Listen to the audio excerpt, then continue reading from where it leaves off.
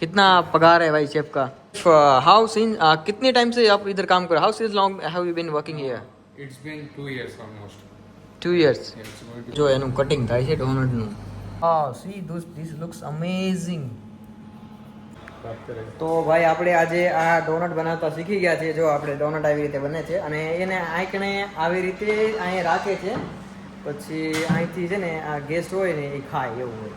તો જો અહીં મસ્ત લાગે એટલે ટૂંકમાં ડોનટનું ઝાડ કે ને એવું બનાવ્યું છે કે અમારા ગેસ આવી એક ખાય એમ ખાવું હોય ને તો આવું છે ભાઈ અહીંયા. જો આજે આપણને આ બનાવતા આવડી.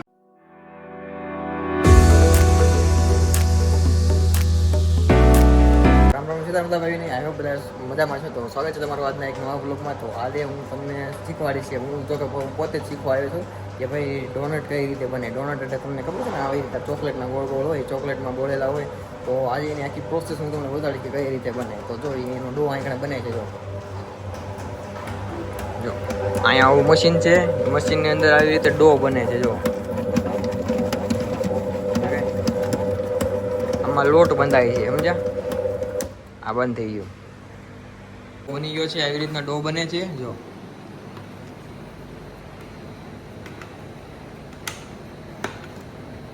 હાય શેફ, હાઉ આર યુ?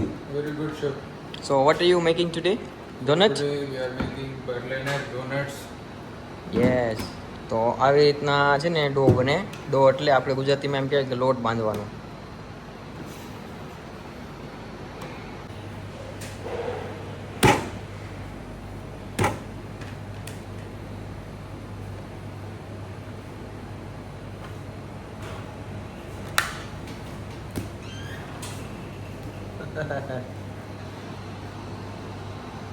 આ છે ને આ ડો સીટર છે.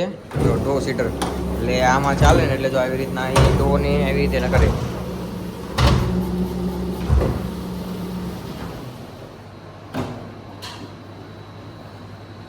આ છે ડો ડિવાઈડર એટલે આમાં કરે ને એટલે ઓટોમેટિક એના કટકા થઈ જાય. જો આવી રીતે ડો ના કટકા થઈ જાય, નાના નાના. જો તો આવી રીતે છે ને આને રોલ કરવાના હોય. આ છે ને આવી રીતે જો આવી રીતે ગોળ બની જાય. જો આ લીધું,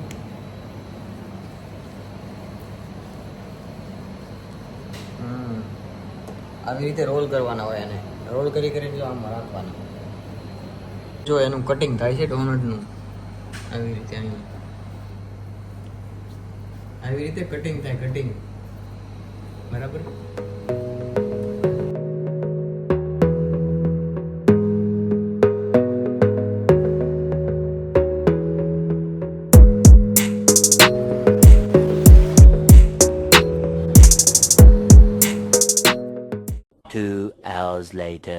તો હવે જો ડોનટ ફ્રાય કરવાનું કામ ચાલુ થઈ ગયું છે. ડોનટ તળવાનું કામ એટલે આ જો એને તળે છે આવી રીતે તેલમાં તળે. જો ટેમ્પરેચર આ બધું મેન્ટેન કરવું પડે, કેટલું ગરમમાં તળવાનું. જો આવી રીતે ગરમ થાય છે. જો આ ડોનટ છે, અહીંયા છે અને અહીંયા છે. જો ડોનટ તળાઈને હમણાં રેડી થઈ જાય ને એટલે તમને બતાવું.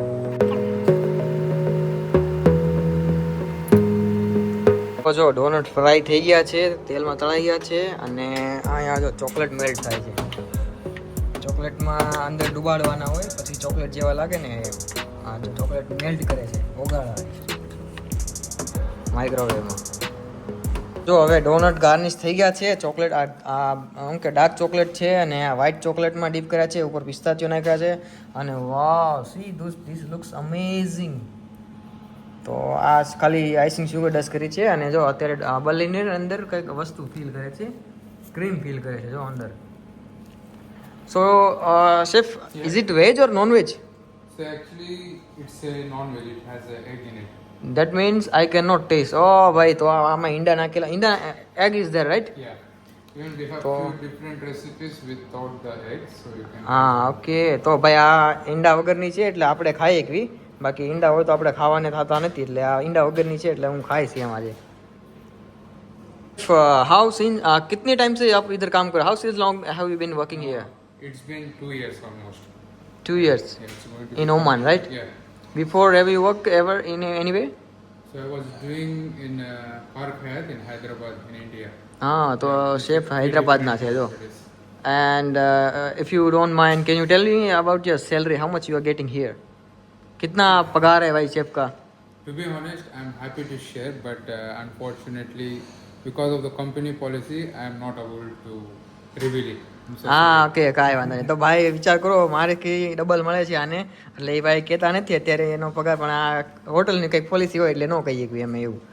તો ભાઈ વિડીયો કેવો લાગ્યો કમેન્ટ કરજો ભાઈ. ડોનટ હવે ટેસ્ટ કરીશ હું કેવા છે એ, પણ તમે બતાવાય નહીં, નકર પછી જો કોઈ વિડીયો જોઈએ અમારા હોટલવાળા જોઈએ ને તો અમારી પર ફાઇન ના પૈસા ભરવા પડે પાછા, એટલે દેખાડવાનું ન હોય વિડીયો ખાતા હોય એવું. તો વિડીયો સારો લાગે તો લાઈક કરજો અને સબસ્ક્રાઈબ કરવાનું ભૂલતા નહીં. ચાલો મળી નેક્સ્ટ વિડીયો. રામ રામ બધા ભાઈ.